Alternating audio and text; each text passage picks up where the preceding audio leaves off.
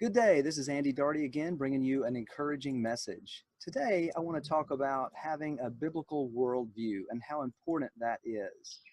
Let me just share my screen with you. I'm out here on a beautiful sunny day in Atlanta, Georgia. You can hear the birds singing.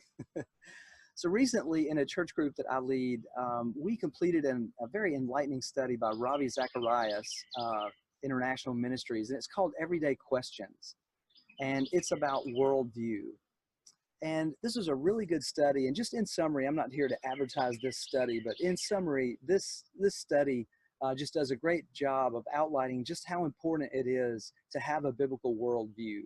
And I think what happens is over a period of time, people just get disconnected and misunderstanding God, and it changes their worldview. And once a person's worldview loses its focus, pretty much anything goes. And ultimately, this can result in things like world wars, Holocaust, murderous totalitarian governments, radical extremists that want to kill anybody who disagrees with them.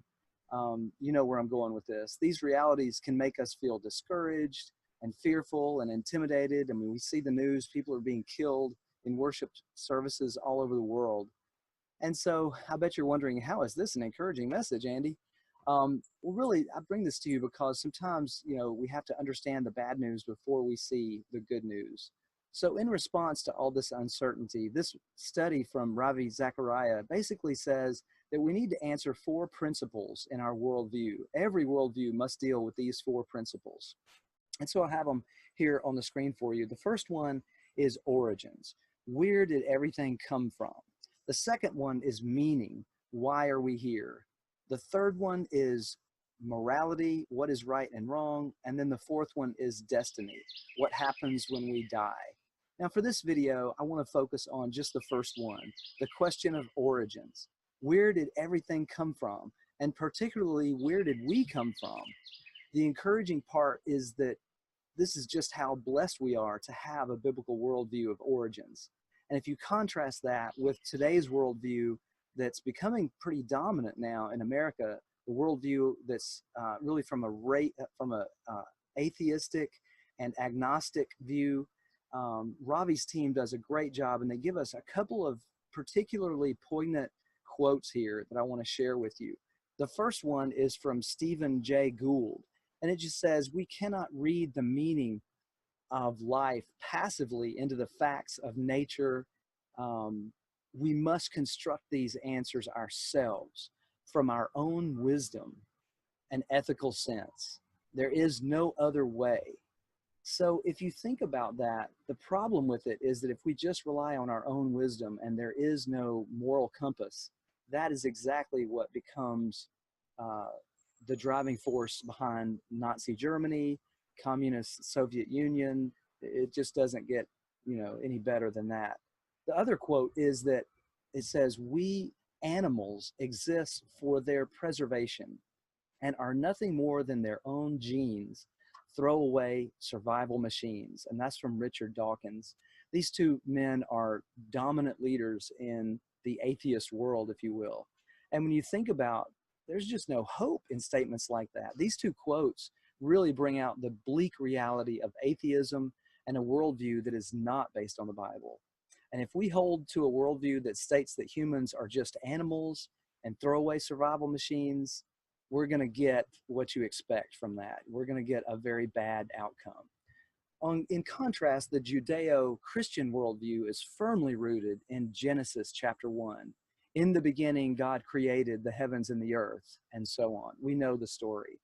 And then on the sixth day, this is what's really important that I want to share with you. On the sixth day, we have this terrific quote. It says, "Then God said, 'Let us make mankind in our image, in our likeness, so that they may rule over the fish in the sea and the birds in the air, over the livestock and all the wild animals, and over all the creatures that move along the ground.'" This is even more important. "So God created mankind in his own image. In the image of God, he created them. Male and female, he created them." This is such an important concept to understand. This worldview of mankind's origin should help us respond appropriately to many of these issues that confront us today. And I'm certainly not getting political, but the one example that I think this helps us address is there was a recent law passed in New York allowing for legal abortions until the instant of birth. The value of a viable, healthy, unborn baby in the ninth month should be an area of common ground for anyone. However, in today's heated political debate, the battle lines have been drawn. What a shock to the nation's conscience this has been over the past couple of months. The lack of common decency and dignity for human life, devalued and determined to be less important than an eagle's egg or a sea turtle's egg on the beach.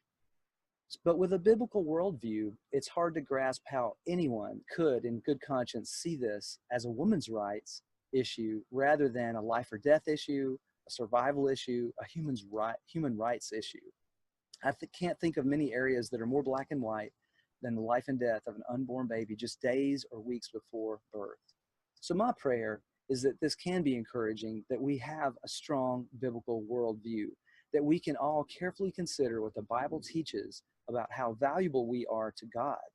A biblical worldview, I think, is crucial to pleasing God, and it is staggering to think that we actually bear the image of our Creator. That is such a huge thing that we need to understand. And I pray that this message is enlightening for you and it builds you up, knowing that we can seek answers from God.